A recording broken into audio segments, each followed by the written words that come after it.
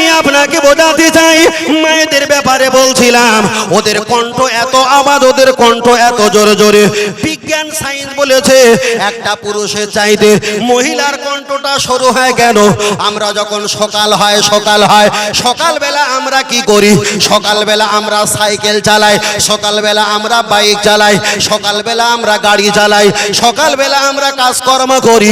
আমাদের গালে কোনো একটা খাদ্য থাকে, তাই আমাদের কোন হাটের দোষ হয়ে যায়, আমাদের কণ্ঠটা মোটা হয়ে যায়। কিন্তু মায়েরা সকালবেলা ঝাড়ু দেয়, ঝাড়ু দিলে দুই হাতটা যখন নাড়াচাড়া করে ওদের বুকের এক্সারসাইজ হয়, বুকে কোনো চর্বি থাকে না, ওদের কণ্ঠটা এই কারণে বাঁশির মতো শুরু হয়। আবার যখন ওরা থালা মাজে, বাসন মাজে, হাত ঘুরালে বুকের এক্সারসাইজ হয়, বুকের চর্বিগুলো পানি হয়ে যায়, ওই জন্য ওদের হার্ট অ্যাটাক হয় না। বৈজ্ঞানিক সায়েন্স বলেছে পৃথিবীর জমিনে যদি 100টা যদি দেখা যায় পুরুষ মহিলা থাকে, তার ভিতরে 90% পুরুষেরা হার্ট অ্যাটাক হয়ে মরে যায়। আর অধিকাংশ পুরুষ যারা হার্ট অ্যাটাক করে তারাই তো নারীর অত্যাচারে হার্ট অ্যাটাক হয়ে যায়। এবার যদি বলেন হুজুর নারীদের অত্যাচারে হার্ট অ্যাটাক কেন হয়, আমি একটা আপনার কাছে বইয়ের উদ্ধৃতি দিতে পারি। তার আগে একটা কথা বলি, এখন বিজ্ঞান সায়েন্স বলছে একটা পুরুষ সারা 24 ঘন্টা মিলিয়ে 5000 কথা বলতে পারে, কিন্তু একটা মহিলা 24 ঘন্টায় 6000 কথা বলতে পারে। পুরুষেরা ব্যবসা বাণিজ্য গেছে, কে বলছে ঠেল, কে বলছে এই জোরে ঠেল, কে বলছে আস্তে, কথা বলে বলে 5500 চলে গেছে, বরং 500 মাইনাস। বাড়ি যখন আসবে কথা তো বেশি বলা হয়েছে, এবার বলেন ক্লান্ত না ফিটফাট? ক্লান্ত। তাই বাড়ি এসে যখন ক্লান্ত হয়ে শুয়ে পড়েছে, কিন্তু স্ত্রীর কথা তো এখন বকবক করছে, তো মেমোরি ভর্তি। এবার মাথা নাড়া দিচ্ছে, বলছে তুমি তো এমন করো না, আজকের এত চুপ করে আছো কেন? তেল আনতে হবে, ঝাল আনতে হবে, মোবাইলে রিচার্জ করতে হবে, ছেলের জন্য নাস্তার টাকা দিতে হবে, হাজার কথা শোনায় কেন? এর তো এখন 6000 কথা স্টার রাখা আছে। তাহলে পুরুষেরা সমাজে ব্যয় করে ফেলে, ওরা বাড়ি যখন ফেরে ক্লান্ত হয়, যায় যখন তখন মেমোরি নোট করে নিয়ে যায়। সংসারের উদ্যাপন, সংসারের দেখা যায় উৎসাহিত করার জন্য, সংসারে মোটিফাই করার জন্য, সংসারে উন্নতি করার জন্য ওদের কথাগুলো সারা 24 ঘন্টা ব্যয় হয়ে যায়। অবশেষে ক্লান্ত হয়ে ফেরে, আর ওই ক্লান্ত অবস্থায় একটা জোরওয়ালা মেয়ে যার 6000 কথা এখন স্টার রাখা আছে, তার দগ্ধ সহ্য করা সম্ভব নয়। তাই বিজ্ঞান বলেছে সহ্যর বাইরে যখন চলে যাবে ওই পুরুষের হার্ট অ্যাটাক আস্তে আস্তে শুরু হয়ে যাবে। আমি বারবার বলবো, আগে মহিলারা মারা যায় আগে না পুরুষেরা মারা যায় আগে? দাদু ভাই কথা বলো না কেন? পুরুষেরা আগে মারা যায় না মহিলার আগে মারা যায়? অনেকে বলবে হুজুর মহিলারা বাঁচে, পুরুষেরা কেন আগে যায়? আপনার কাছে একটা কথা বলি, রাগ করবেন না, যারা ফাও খায় তাদের শরীর ভালো থাকে না খারাপ? যারা ফাও খায় তাদের শরীর ভালো থাকে, আর যারা খেটে খায় তাদের শরীর মাদার টেরিজা। কথা বলে না? যারা খেটে খায় তাদের শরীর মাদার টেরিজা হয়ে যায়, আর যারা ফাও খায় তাদের শরীরটা নাটা মল্লিকের মতো থাকে না? এবার একটা কথা বলেন, আমার হাফেজ সাহেবে ধরে নেন একটা ছোট আল্লাহকারে মেয়ে দিয়েছে, ওই বাচ্চাটা যখন ছোট আছে বাচ্চাটা নির্ভর করে কার উপরে? ওর বাপের উপরে। বাপ পুরুষ না মহিলা? পুরুষ। তাহলে একটা মেয়ে ছোটবেলা বাপের ঘাড়ে বসে বসে খেয়েছে, বাপ যদি মারা যায় ওনার বড় ছেলে থাকলে বাপের ভূমিকা পালন করবে না? করবে না। তাহলে ওই বোনটা বাপের ভূমিকা পালন করা ভাইয়ের কাঁধে বসে বসে খেয়েছে, দুটো পুরুষের রক্ত চুষে খেয়েছে। ভাই মারা যাবার আগে জামান যুবক একটা নাদোষ নদর চেহারার শরীরওয়ালা যুবকের কাছে বোনটাকে বিয়ের বান্ধন করে দেবে। ওই বোনটা এবার স্বামীর রক্ত খাওয়া শুরু করবে। স্বামী যদি ইন্তেকাল হয়ে যায়, ওই স্বামীর যদি ছেলে থাকে, মেয়েটার ওই ছেলে যদি থাকে, ওনার ছেলের আয় রোজগার মা বসে বসে খাবে। ছেলে যদি মারা যায়, রেগে যাচ্ছে বলে, ছেলে যদি মারা যায়, নাতি যদি বেশি থাকে আরো গোলায় পা তুলে দিয়ে খাবে। তাহলে একটা মহিলা প্রথমে বাপের আয় খেয়েছে, তারপরে ভাইয়ের আয় খেয়েছে, তারপরে স্বামীর আয় খেয়েছে, তারপরে ছেলের আয় খেয়েছে, তারপরে নাতির আয় খেয়েছে। ওরা এত ফাও খেয়েছে, তাই শরীরটা ওদের ভালো, ওরা আগে মরে না। যা মূর্তি হয় সব আমাদের তো নাকি, ওরা মরে না। ওরা তিনটে মুরব্বির কোল পোড়ার গোস্ত খাচ্ছে চিবিয়ে, তাও কিন্তু মরে না। মরে না। তবে ওদের ভিতরে একটা ভালো দোয়া আছে, কি জানেন? আমি যখন জলসা মাহফিলে আসি, আমি আব্বাজির কাছ থেকে বড় একটা দোয়া চাইনি, মায়ের কাছে দোয়া চাই। তা আমারে জিজ্ঞেস করেছিল, ভাই তুমি যখন মাহফিলে যাও তা আব্বাজির কাছে তুমি বেশি বেশি দেখা করো না, দোয়া চাও কম, কিন্তু মার কাছে বেশি কেন? তাহলে এখানে একটা লজিক আছে। পুরুষেরা আয় রোজগার করতে গিয়ে এই সমাজে হারাম হালাল আয় করতে করতে হারাম ঢুকে যাওয়া সম্ভব। যতই আমরা চেষ্টা করি ঢুকে যাওয়া সম্ভব। ক্ষমা করবে আল্লাহ, মালিক ক্ষমা করুক। কিন্তু যারা হারাম খায় তাদের দোয়া কবুল। কিন্তু বাড়িতে যে মেয়েটা স্বামীর আয় খাচ্ছে, সে কি আর আয় করে খাচ্ছে? সে খাচ্ছে, তার কাছে হালাল হারাম কোনো ব্যাপার নেই, কোনো ব্যাপার নেই।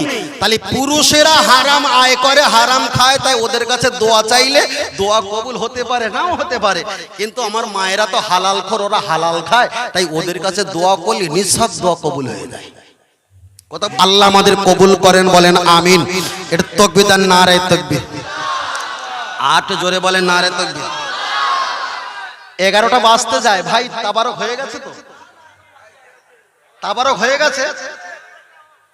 হ্যাঁ, তোমরা জোর করো না, তোমাদের বাড়ি কুটুমের চাপ বেশি, ওই জন্য জোর করতো তো সময়টা ব্যয় করার জন্য। আমি বুঝিনি। এটা তাকবীর আর নারে তাকবীর হয়নি। আর একটা জোরে বলেন নারে তাকবীর।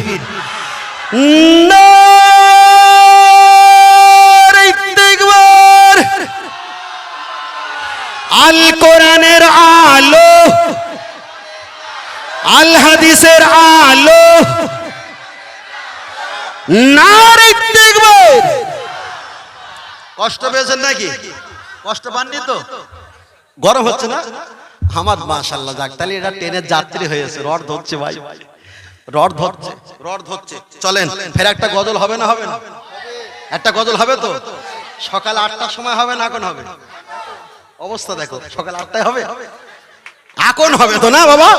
তাহলে আমি একা বলবো না, আপনারাও বলবেন, সবাই বলবো। কেন? আমি একা গাড়ি যাব, তুমি গাড়ি না টানলে রাস্তা ক্লিয়ার হবে না।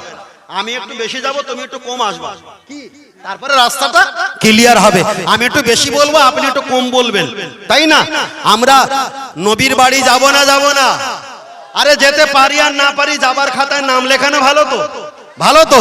ইনশাআল্লাহ নবীর বাড়ি যাব তো? পাগল সেজে যাবে না মস্তানি সেজে যাবে? ওয়াইস করিনি হুজুর পাগল ছিল, নবী আমার জব্বাটুই পাগড়ি ওয়াইস করিনি হুজুরকে গিফট করেছিলেন, ঠিক না বেটি? আর আবু জাহেল বলেছিল হামসে বড়া কই নেই হে। অবস্থা খারাপ, অবস্থা খারাপ। আমরা গরিব, আমরা অসহায়, আমরা পাগল। কার পাগল? আমরা আল্লাহর পাগল, নবীর পাগল, আমরা ধর্মের মহব্বতের পাগল, ঠিক না বেটি? নবীর বাড়ি যাব পাগল সাজিয়া, এতটুকু সবাই বলতে পারবে তো? মায়েদের যেন বলো না আবার, আবার পরের ডোজ আছে, একটু জিরে নিচ্ছি, পরের ডোজ দিচ্ছি আবার। তাহলে নবীর বাড়ি যাব পাগল সাজিয়া, হবে তো? মাশাআল্লাহ। বলো নবীর বাড়ি যাব পাগল সাজিয়া, বলো নবীর বাড়ি যাব পাগল সাজিয়া, জোরে বলো নবীর বাড়ি যাব। বাহ, আরো জোরে বলো নবীর বাড়ি যাব। রহমাতাল লিল আলামিন বলছেন কোরআনে আল্লাহ, শাফায়াতের মালিক তুমি হাদিসে ঘোষণা রায়, শাফায়াত করিও তুমি মোদের লাগিয়া, নবীর বাড়ি যাব পাগল সাজিয়া, জোরে জোরে নবীর বাড়ি যাব। এই তোর কি দায়িত্ব বসে দেবো? শালা একদম শুটিয়ে লাল করে দেবে। কি নাম বাবু? ও আরেকবার বলেছিলেন না? আল্লাহ, ঠিক আছে যাও, মাশাআল্লাহ যাও।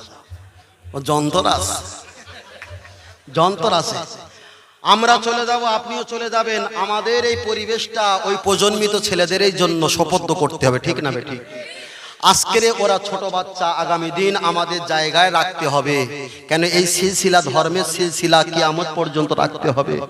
আল্লাহ তাদেরকে যেন এই ধর্ম কর্ম যেন আল্লাহ তাদেরকে খাদেম হিসাবে কবুল করেন, বলেন আমিন। আর একটু জোরে হবে না আমিন?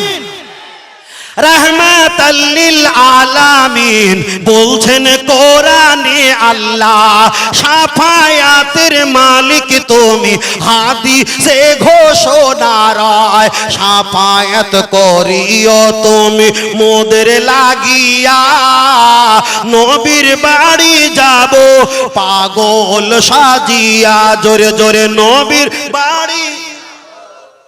বাহ! মাহালিমা তোমায় নিয়ে বুকের দুধ খাওয়াইতে যায়, ডান দিকের দুধ খাইলেন নবী, বলছেন মায়ে হালিমায়, বাম দিকের দুধ খায় নাই নবী, আর এক ভাইয়ের লাগিয়া নবীর বাড়ি যাব। মাশাআল্লাহ, আরো জোরে নবীর বাড়ি যাব। মাহালিমা তোমায় নিয়ে বড় খুশি হয়ে যায়, জীর্ণ শীর্ণ গাধা মায়ের শক্তিশালী হয়ে যায়, তোমায় নিয়ে সবার আগে যায় যে দৌড়াইয়া, নবীর বাড়ি যাব পাগল সাজিয়া। আরো জোরে নবীর নারে তাকবীর। আল্লাহ কবুল করেন, বলেন আমিন। নবী ইউসুফ আলাইহিস সালামকে মিশরে বিক্রি করা হচ্ছে, যে বেশি টাকা অর্থ দেবে দিরহাম থেকে তাকে নবী ইউসুফ তুলে দেবে তার হাতে। নবী ইউসুফকে কিনবে, সকলে টাকা পয়সা উঠে করে নিয়ে যায়। একটা বুড়ি মা সুতো হাতে ছাড়ায় আর আঙুলে জড়ায়, যে কোনো ভালো আঙুলে জড়ায় আর ছাড়ায়। জিজ্ঞেস করছে বুড়ি মা, কাইফা হালুকা, কি খবর? বলছে নবী ইউসুফকে কেনার জন্য যাচ্ছি। বলছে তোমার টাকা পয়সা অর্থ দিরহাম? বলছে কেন, এই সুতো যেগুলো আঙুলে জড়িয়েছি বেশি হয়েছে, এইগুলো মিশরের বাজারে বিক্রি করব, এই টাকা নিয়ে নবী ইউসুফকে কিনে আমি নবীর একজন দুধমা হয়ে যাব, একজন ডাইনি মা হয়ে যাব। তখন বললেন তোমার এই টাকা কি নবী ইউসুফকে কেনা সম্ভব? চট করে বুড়িমা বললেন কেনা সম্ভব নয় বাবা, আমি জানি আমি যে নবী ইউসুফকে ভালোবাসি, এটা যে সেই নাম লেখাতে যাচ্ছি। সুবহানাল্লাহ। হয়তো আমরা হজপাকে যেতে পারবো কি না পারবো আল্লাহ মালুম, আল্লাহ ভালো জানে। তবে আমাদের যে যাওয়ার ইচ্ছা আর চেষ্টা আছে, ওই চেষ্টার জায়গায় আমাদের নামটা আমরা লিপিবদ্ধ করতে চেয়ে তাই আমরা বলেছি নবীর বাড়ি যেতে চাই। বলুন আলহামদুলিল্লাহ। আর একটু জোরে বলা যাবে না আলহামদুলিল্লাহ? চলেন ফের প্রশংসা গিয়ে যায়। চলেন, আমি আপনাকে বলছিলাম মায়েদের পর্দা সম্পর্কে নয়, মায়েদের গলার আওয়াজ সম্পর্কে বলছিলাম। আর যেসব মায়েরা ফোনে কথা বলে, হ্যালো মায়েরা যখন মোবাইলে কথা বলে, ওদের হাসি ঠাট্টার আওয়াজ যখন বেশি হয়, ও হাফেজ সাহেব, ইমাম সাহেব, ভাই আমি তোমাদের করজোর করে বলে যাই, মুয়াজ্জিন যদি বুড়ো হয়ে যায়, যে মায়েদের গলার আওয়াজ বেশি, দুটো মাইনে বেশি দিয়ে ওই রকম মহিলাকে মুয়াজ্জিন বানানো দরকার। শুরু হয়েছে। চলেন, আমি আপনাকে বোঝাতে চাই, মায়েদের কথা বলছিলাম, আপনার প্রসঙ্গে আর একটা কথা বলি। মায়েদের আমি গলার আওয়াজের ব্যাপার বলছিলাম, এবার একটা হাদিস পড়ি। আল্লাহ নবী বলেছেন, আন্নাল মারআতা ইযা বালাগাতিল মাহিদা, একটা মেয়ে যখন সাবালক সাবালিকা হয়ে যাবে, লা ইউসলিহা আইয়ুরা ইল্লা হাজা হাজা ওয়া হাজা।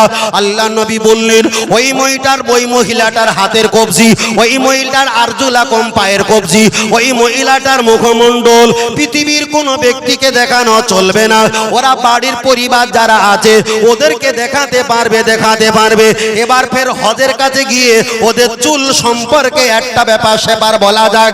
আল্লাহর কাবা শরীফে যারা হজ করতে চলে যাবে, হজ করতে যাওয়ার সময় ওর ভিতরে একটা রোকন আছে, মিনার ময়দানে গিয়ে দুম্বা জবাই করতে হয়, ওখানে গিয়ে দুম্বা নহর করতে হয়। সাফওয়া মারওয়া পাহাড়, ইন্না সাফওয়াল মারওয়াতা মিন শাই শাইরিল্লাহ, ওই সাফা মারওয়া পাহাড় শাইর করার আগে কিংবা পরে মাথার চুল যদি হালকা থাকে ওখানেও তোমাকে ছুরি লাগিয়ে ব্লেড লাগিয়ে মাথার চুলটাকে তোমাকে মুন্ডাতে হয়। এবার আমি একটাই কথা বলছি, আল্লাহর কাবা শরীফে যারা গেছে আমার কথার সঙ্গে তারা এক মিল হয়ে যাবে।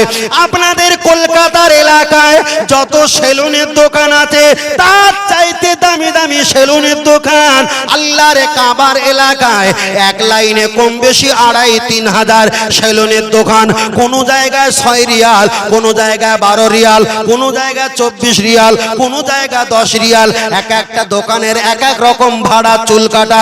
আপনার মাথার চুল আছে, ওই চুলটা মাথাটা মুন্ডানো হবে, এটাই হলো হজের একটা আরকান। আপনার নেড়া হতে হবে, কিন্তু শরীয়তের মশলা এসেছে ও চাচাজি আপনার মাথার চুলটা আপনি মুন্ডানো করেছেন, নেড়া হয়েছেন, কিন্তু আপনার স্ত্রী মাথার চুল আছে, ওই চুলটা তো কাটতে হবে। এর আগের অবস্থাকে খেয়াল আছে, একটা ছেলের সঙ্গে ভাবি, একটা ছেলের সঙ্গে শাশুড়ি, একটা ছেলের সঙ্গে ভাগ্নি, একটা ছেলের সঙ্গে চাচাতে বোন, একটা ছেলের সঙ্গে চাচি হজ পাকে যেতে পারবে না। তাহলে দেখা যায় আপনি চুল কেটেছেন রিয়াল দিয়ে, আপনার স্ত্রীকে চুল কাটতে হবে, এটা শরীয়তের অবশ্যই জায়েজ জায়েজ। এবার বলেন আল্লাহর নবী বলেছে একটা মেয়ে যখন সাবালক সাবালিকা হয়ে যাবে লা ইসলিগা আইয়ুরা ইল্লা হাজা হাজা ওয়া হাজা, নবী বললেন মুখমণ্ডল আর হাতের কবজি আরজুলাকুম পায়ের কবজি এই তিনটে অঙ্গ দেখাতে পারে, আর কোনো অঙ্গ দেখাতে পারে না। আপনি যে সেলুনের দোকানে চুলটা কেটেছেন, মাথা মুন্ডানো নেড়া হয়েছেন, আপনার স্ত্রীকে যদি বসিয়ে দেওয়া হয় ওটা তো চুলের ফ্যাক, ওটা তো মুগ্ধকার ফ্যাক তো নয়। তাহলে চুল যদি অপুরুষ ব্যক্তি দেখতে পায়, আল্লাহ নবী বলেছেন ও একটা নারী যদি অপুরুষ ব্যক্তিকে চুল দেখার কারণে একটা নারী যদি জাহান্নামে যায়, ওর বাপ যাবে জাহান্নামে, ওর বড় ছেলে যাবে জাহান্নামে, ওর স্বামী যাবে জাহান্নামে, ওর বড় ভাই যাবে জাহান্নামে। এই 4টে রজুলন, 4টে পুরুষ, একটা মহিলা জাহান্নামে গেলে 4টে পুরুষের গলার টুটি ধরে আমার আল্লাহ তাদেরকে জাহান্নামে দেবে। ও চাচাজি আপনি কাবা শরীফে গিয়ে আপনি মাথার চুলটা মুন্ডিয়েছেন, চাচার চুলটা আপনি নেড়া হয়েছেন, আপনার কোনো সমস্যা নেই, কিন্তু স্ত্রীর চুল যদি মক্কার কোনো সেলুনের দোকানওয়ালা তোমার স্ত্রীর চুলটা যদি একটা বার দেখতে পায়, স্ত্রীকে চুল দেখানোর কারণে আপনার স্ত্রী জাহান্নামী হবে। তাহলে যে কাবা শরীফে, যে মক্কা শরীফে লক্ষ লক্ষ লক্ষ লক্ষ নেকি আর সওয়াব পাওয়া যায়, একটা সেলুন দোকানদারকে আপনার স্ত্রীর চুল যদি সেলুন দোকানদার দেখতে পায়, এর কারণে যদি ওই স্বামীটা জাহান্নামে যায়। যে সব মায়েরা, চাচিরা, টুবু জানেরা, ভাবি জানেরা, এরা মাথা আঁচড়ানো আর মাথার চুল পরিপাটি কেন্দ্রবিন্দু করে গোসল করার নাম করে অপুরুষ ব্যক্তিকে চুল দেখায়, তাহলে এরা কোন জাহান্নামের গর্তই যাবে আপনারা একটা বার বিবেচনা করে দেখেন।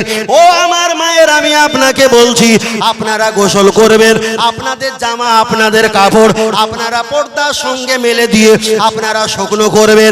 এমন কিছু বেহায়া নারী আছে যারা ফরজ গোসল করার পর ওই শাড়িগুলো রাস্তার পাশে টাঙিয়ে দেয়, ব্লাউজগুলো, জামাগুলো, সায়াগুলো রাস্তার পাশে টাঙিয়ে দেয়। আর যত অপুরুষ ব্যক্তি পর পুরুষেরা রাস্তা দিয়ে যায়, কোন স্ত্রী লাল রঙের সায়া আর জামা কন্ডিশন ওরা দেখে নিজের যৌবনের উপলব্ধি করতে করতে যায়। আল্লাহ নবী হাদিস শরীফে জানিয়েছে ও দুনিয়ার নারীরা জেনে রেখে দাও, আমি জিবরিলের সঙ্গে যখন জাহান্নামে দেখতে গেলাম, জিবরিলকে জিজ্ঞাসা করলাম মাহাজাহা উলাইক, ও জিবরিলেরা কারা? আল্লাহ নবীকে বললেন ইয়া রাসূলুল্লাহ, হাবিবাল্লাহ, এরা হলো সেই নারী যে নারীরা পোশাক পরতেন আর ওই পোশাকগুলো অপুরুষ ব্যক্তিকে ওদের পোশাকগুলো দেখিয়ে যৌবন উত্তেজিত করিয়ে দিতেন। আল্লাহ নবীকে বললেন হুজুর ওরাই হলো সেই নারী, সেই নারী। আমি আমার মায়েদেরকে বলবো মা একটা বার হিসাব করে দেখো, তুমি যখন দুনিয়ার জমিনে তোমার মায়ের গর্ভ থেকে আপনি যখন এসেছিলেন পাল্লায় ওজন করা হয়েছিল হয়তো 3 কেজি 3.5 কেজি কিংবা কম বেশি ওজন হয়েছিল। একটা নারী একটা মহিলা ধন্যী বুড়ি হিসাবে তোমাকে গোসল করিয়ে দিয়েছিল, সুন্দর একটা কাপড় পরিয়ে দিয়েছিল। তোমার বয়স যখন 18 বছর হয়ে গেল আবার একটা নারী জাত এসে তোমাকে গোসল করিয়ে দেবে, লাল রং কিংবা হলুদ রঙের কাপড় তোমাকে পরিধান করিয়ে দেবে। আমার চাচিমা তোমার বয়স যখন 70-80 হয়ে যাবে আবার তুমি ইন্তেকাল হয়ে গেলে ধন্যী বুড়ি যেমন নারী তোমার গোসল দিয়েছিল, বিবাহ সবার সময় একটা নারী জাত তোমাকে যেমন গোসল দিয়েছিল, আর ইন্তেকাল হয়ে গেলে আর একটা নারী জাত তোমাকে পর্দার আড়ালে গোসল দেবে। এবার কিন্তু লাল শাড়ি হলুদ শাড়ি আর দেবে না, এবার কিন্তু তোমাকে সাদা রঙের শাড়িটা একটা বার পরিয়ে দেবে। আমি চাচিমাকে জিজ্ঞাসা করি ইন্তেকালের পর তোমার হাতে সোনা অলংকার হীরা মুক্ত জহরত কাঞ্চন মণি মুক্তা যা ছিল তোমার গোসল দেওয়ার সময় তোমার নাত বউ ছেলের বৌমা সব কিন্তু খুলে নিয়ে চলে গেছে। তোমার যদি 4-5টা শাড়ি থাকে এই শাড়িগুলো তোমার এলাকার প্রতিবেশীরা ভাগ পাবে কিংবা ফকির মিসকিন ভাগ পেয়ে যাবে। তোমার নামে যে কামরা ছিল ওই কামরাটা তোমার বাড়ি পরিবার ভাগ পেয়ে যাবে। চাচিমা পৃথিবীর জমিনে তোমার কিছুই থাকবে না। আল্লাহ কিয়ামতের দিন জিজ্ঞাসা করবে আল উমরিহি ফিমা আপনাহু, আমি তোমার বয়ে দিয়েছিলাম ওমর দিয়েছিলাম তুমি কোন কাজে ব্যয় করেছো একটা বার জবাব দাও। তাই আমি বারবার আল্লাহকে বলবো। আল্লাহ নবী বলেছেন একটা মেয়ে জান্নাতে যাবে তা সহজ হলো আল মারাতু যে সাল্লাত খামসাহা, একটা মহিলা যদি 5 ওয়াক্ত নামাজ পড়ে আসামা শাহরাহা, একটা বছরের ভিতরে একটা মা যদি ফরজ রোজা রাখে স্বামীর প্রতি যদি খেদমত করে 2 পাছার মাঝখানে 2 ঠোঁটের মাঝখানে ইজ্জতকে যদি একটা বার ঠিক রেখে দেয় আল্লাহ নবী বললেন 8টা জান্নাত দেখানো হবে। ইচ্ছা অনুযায়ী ওই নারীটা যে কোনো জান্নাতে প্রবেশ করেই নেবে। আর একটু জোরে হবে না? বারবার করে বলছি নারীরা ভালো ভালো কিন্তু শয়তান ওদেরকে নিয়ে খেলা করে। কোন নারী যদি আপনার সঙ্গে শুটিং করে আপনি তার নিয়ে সিনেমা করবেন। কথা বোঝাতে পারিনি? ও যত তুতু তুতু তুতু তুতু করবে ও ঘাড়ে বসতে বসতে মাথায় উঠে মুতবে। যদি তোমার নিয়ে যদিও শুটিং করা শুরু করে কোন নারী কোন মেয়ে লোক মোবাইলে, এখন তার নিয়ে কি করে সিনেমা শুরু করবে। ও ভাই শেষ করে দেয় নাকি? তাহলে কি তোমাদের কি সব এনআরসি হয়েছে নাকি? এক কোথায় যাচ্ছে সব 11:30 তো। বাহ মাশাআল্লাহ, আল্লাহ আমাদের সকলকে কবুল করেন বলেন আমিন। আর একটা জোরে হবে না? অসুবিধা হচ্ছে নাকি আপনাদের? আমার সিস্টেম যা ছিল আমি যতটুকু কথা বলছি সব কোটা আপনাদের এই প্রয়োজনটা ছিল আমাকে একটু মেমোরিতে দিয়েছিল সেটাই আমি আপনাদের কাছে প্লে করছি। কথা বুঝতে পেরেছেন? আমার ব্যক্তিগত কিছুই বলছি না, প্রয়োজনটা ছিল সেটাই বলছি। তাহলে আর একবার তাকবীর দেন, নারায়ে তাকবীর। কমে যাচ্ছে কেন? যত রাত গভীর হয় গাড়ি চলাচল মানুষ চলাচল ভ্যান চলাচল কমে যায় না বেড়ে যায়? কমে যায়। দরজা জানালা খোলা থাকে না বন্ধ থাকে? হাদিস শরীফে পাওয়া যায় যত রাত গভীর হয় আল্লাহর রহমতের দরজা তত বেশি খোলা হয়। বলে সুবহানাল্লাহ। আর একটু জোরে হবে না সুবহানাল্লাহ? মাশাআল্লাহ। মায়েদেরকে বলো মা অবশ্যই আপনাদের পায়ের তলায় আমাদের জান্নাত, অবশ্যই মায়েদেরকে খেদমত করবেন। ফের বলছি বাবা কাজকর্ম ব্যবসা বাণিজ্যে যখন যাবেন মায়ের কাছ থেকে দোয়া নিয়ে যাবেন। ব্যবসা বাণিজ্য থেকে যখন আসবেন কাজকর্ম করে মায়ের জন্য দুটো খাবার নিয়ে আসবেন। কেন তোমার মা বয়স হয়ে গেলে বাচ্চা মানুষদের মধ্যে একটু লোভ হয়, তাই না? একটু লোভ হয়। ছোটবেলা তুমি খেতে না, তোমার মা কোলে করে নিয়ে ডক্টর বাবুর কাছে গিয়ে বলছে আর কাঁদছে, দেখো আমার বাচ্চা 3 দিন খায় না, মা কাঁদছে তুমি খাও না বলে।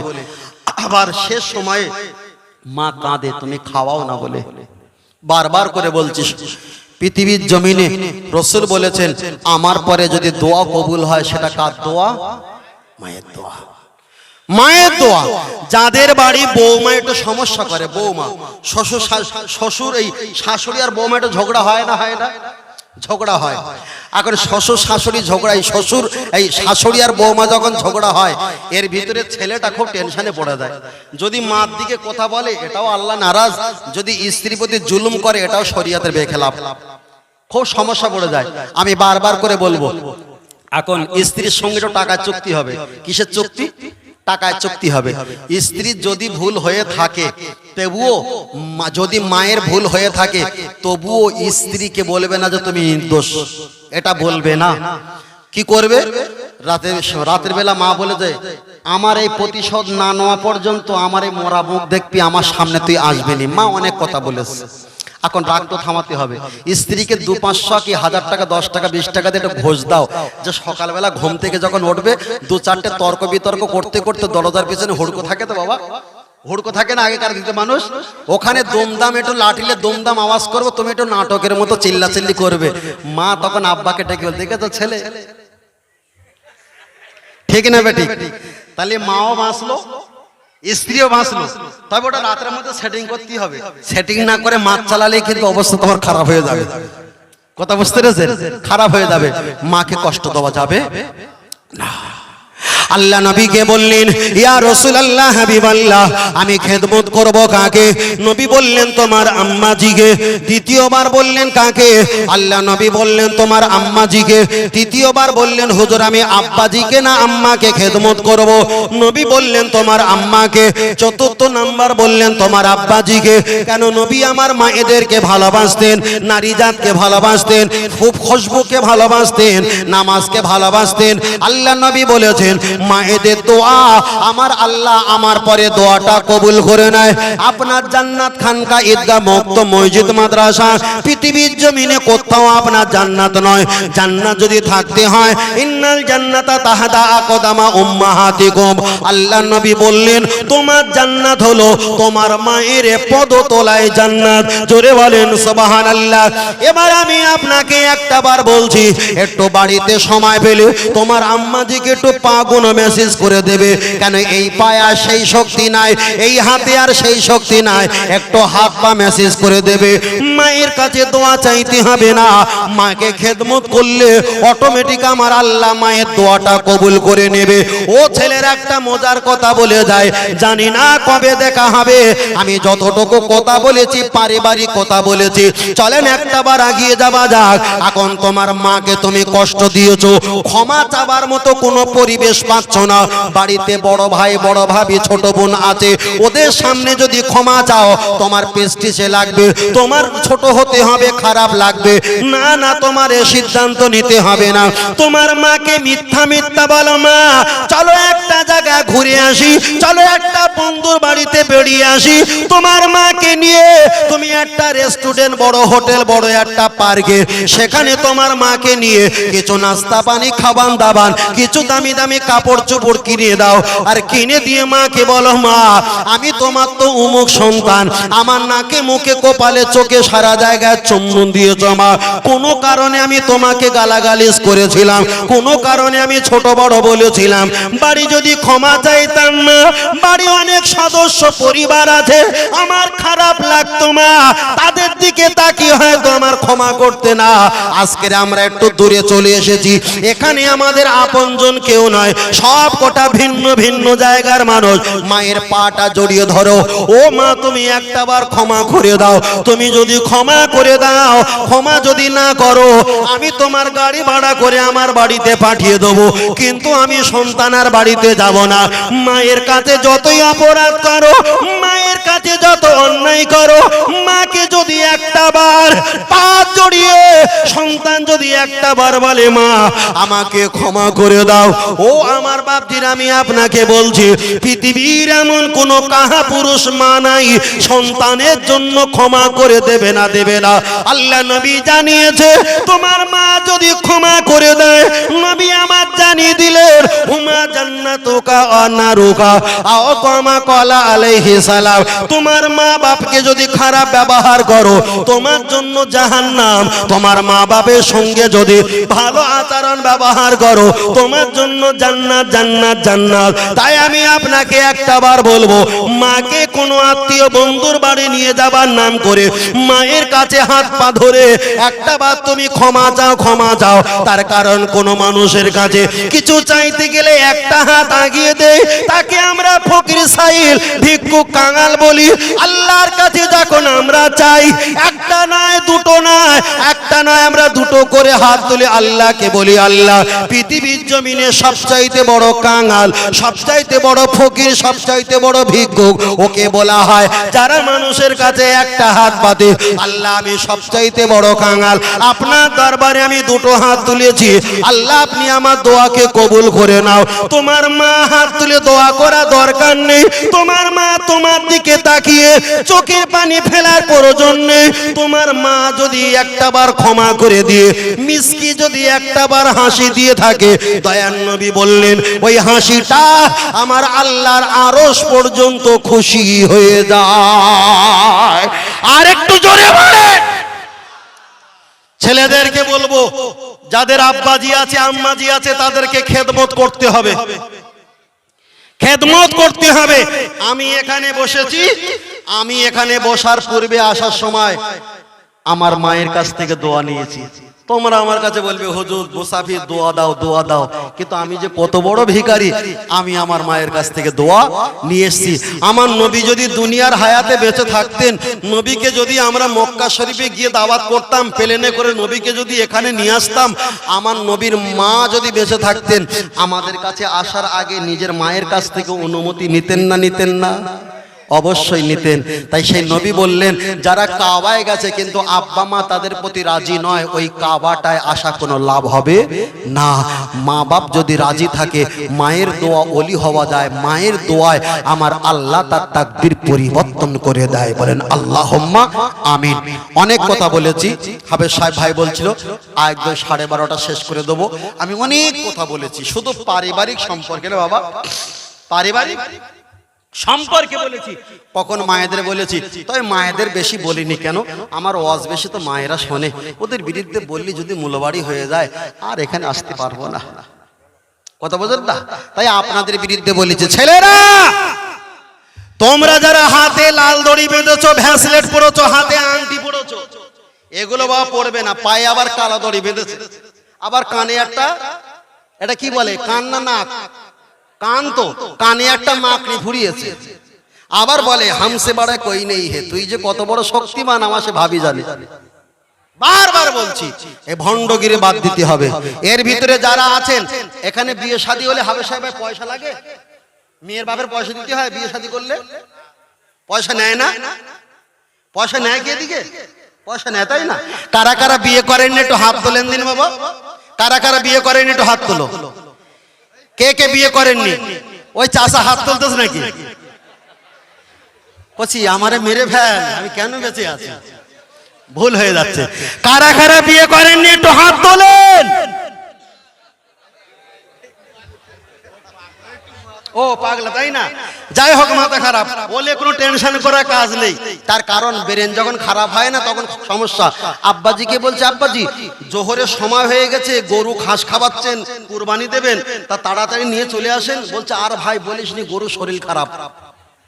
টেনশনে পড়লে ছেলেও বাপ হয়ে যায়। মা গিয়ে বলছে কি গো তুমি নাকি তোমার ছেলেরে বাপ ভাই বলেছো? বলছে আর মা বলিসনি, মাঝে মাঝে হয়ে যায়।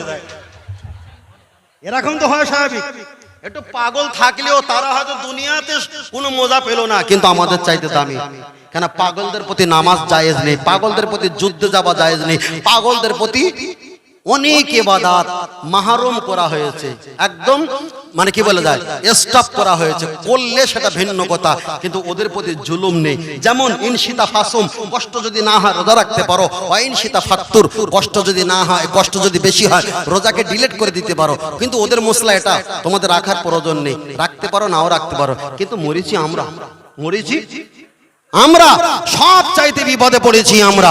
বারবার করে বলছি, বিয়ে করে বিয়ে করে টাকা নেব না, জোর জবরদস্তি করে খুশি করে দিলে নিতে পারবে। যারা বাপ আছেন ছেলে সন্তানকে বিয়ে দেবেন, টাকা আপনি নেবেন না, আপনার দিক দিয়ে নিশ্চিত হন যে আমি টাকা নেব না, আমার ছেলেকে বিয়ে দেবো। কিংবা ছেলেরা বলেন আমি বিয়ে করব, ইশারা ইঙ্গিতে টাকা নেব না, খুশি করে দিলে নিতে পারবো।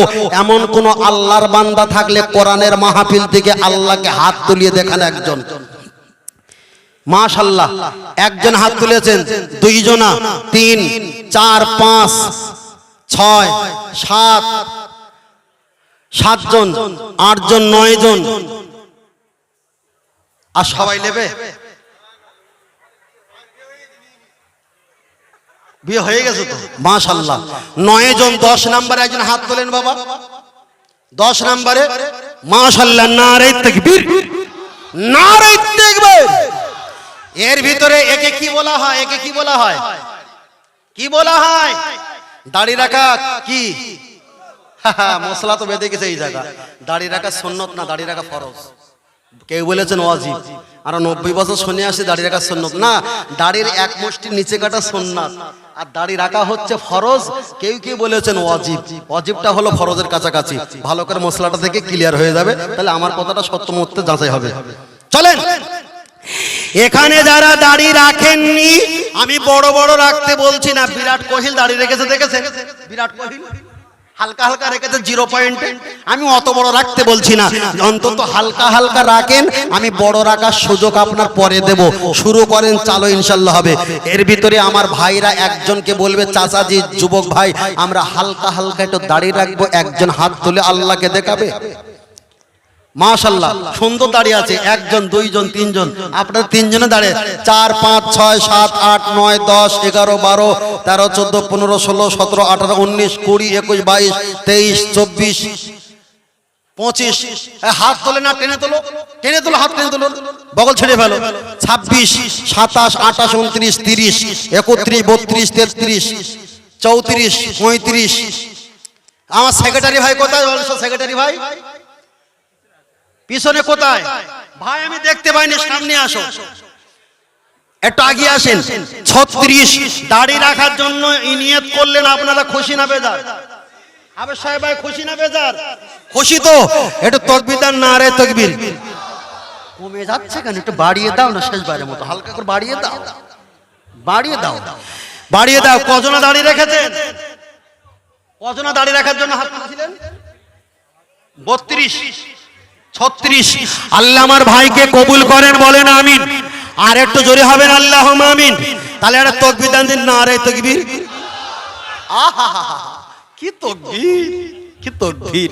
আর একটা তাকবীর দেন, নারে তাকবীর। হয়নি, আর একটু জোরে বলেন, নারে তাকবীর, নারে তাকবীর। কাশি লাগে না? কিরাম জোরে তাকবীর দিচ্ছ? হ্যাঁ, কাশি লাগে না? বড় ভাই, ওই বড় ভাই, কি হচ্ছিল আগে খেয়াল আছে তো?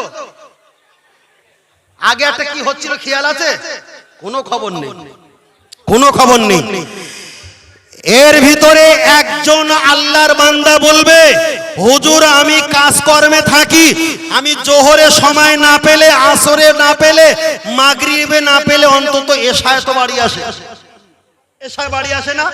সব ওয়াক্তের কাজা ফরজ গুলো শুধু আদায় করে দেবে। সারা দিনে 24 ঘন্টা আধা ঘন্টা সময় যাবে। ক ঘন্টা? আধা ঘন্টা। নামাজকে বলতে হবে আমার, কাজকে বলতে হবে আমার নামাজ আছে, ঠিক না বেঠিক? কিন্তু নামাজকে বলা যাবে না আমার কাজ। বোঝেন না? প্রথমে ওয়াজ করেছিলেন নামাজের ওয়াজ। এর ভিতরে একজন বলবেন আমি নামাজ পড়া ধরবো ইনশাআল্লাহ। ইনশাআল্লাহ একটা হাত তোলে, ইনশাআল্লাহ। আপনাদের মসজিদ হয়েছে তো? ইনশাআল্লাহ নামাজ হবে তো? তাকবীর দেন, নারে তাকবীর, নারে তাকবীর। সেক্রেটারি সাহেব কোথায়? সেক্রেটারি সাহেব কোথায়? ভাই আমার দিকে তাকান। মায়েদেরকে আমি বলছি, ওনারা হাত তুলছে কিনা আমাকে একটু দেখাবে ওখান থেকে ইশারা করে। নামাজ পড়তে আপনি যান ওখানে, ওখানে যান, আমার নাম্বারে ভিডিও কল করেন, আমি দেখবো। দেখেন, মায়েরা নামাজ পড়বেন, আপনার ছেলে মেয়ে বি বাচ্চা সকলের আপনি উপকার করছেন, কাজ করছেন, কষ্ট করছেন, কিন্তু নিজের তলা ফাঁকা হয়ে যাচ্ছে, তাই ঠিক না বে ঠিক? নামাজ পড়তে হবে। মায়েদেরকে নামাজ পড়ার জন্য আহ্বান জানাচ্ছি, আল্লাহর হুকুম, দুনিয়াতে শান্তি পরকালে শান্তি।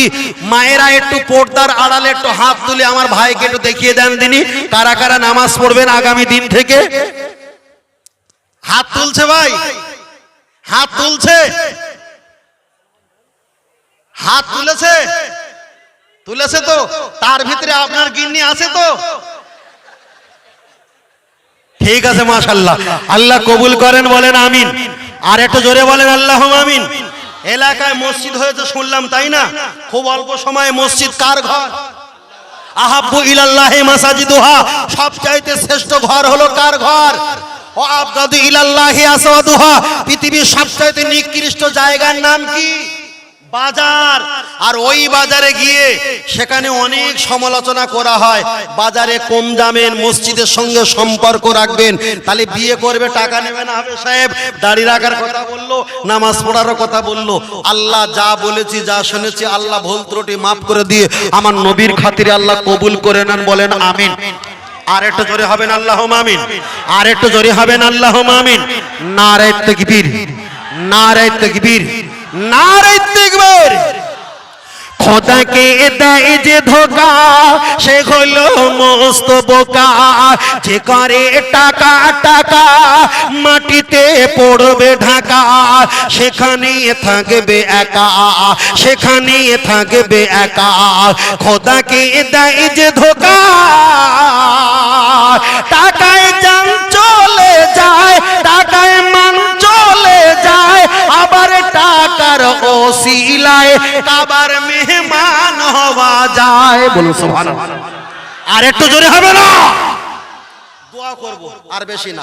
তার কারণ আমি আপনাদের এদিকে এসছি নতুন গাই বলে বালতিতে করে বেশি দুধ নিও না। আবার আগামী দিন তো নিতে হবে, আবার আগামী দিন নিতে হবে। আর অনেক দূর থেকে যখন কোনো বক্তা আসবে, একদম ধরে বাঁট টিপে ব্যথা করে দেবে, যেন ওই মালার এই এলাকায় না ঢুকতে পারে। কথা বুঝতে পেরেছেন?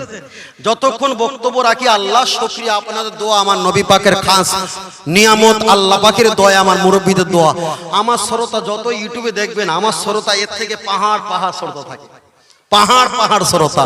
আমি ওয়াজ নসিহত করলে আল্লাহ শুকরিয়া, আমি অহংকার করছি না। ও আম্মা বিনিয়ামাতি রাব্বিকা ফাহাদ্দিস, শুকরিয়া যাপন করে বলছি।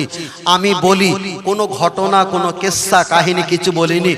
পারিবারিক সমস্যা নিয়ে মসলা, ফতোয়া, হাদিস, যুক্তি, গল্প বলতে বলতে বলতে বলতে একটা জায়গায় এসেছি। কেন? প্রতিটা কথা আমাদের প্রত্যেকের প্রয়োজন ছিল, ঠিক না বেটি?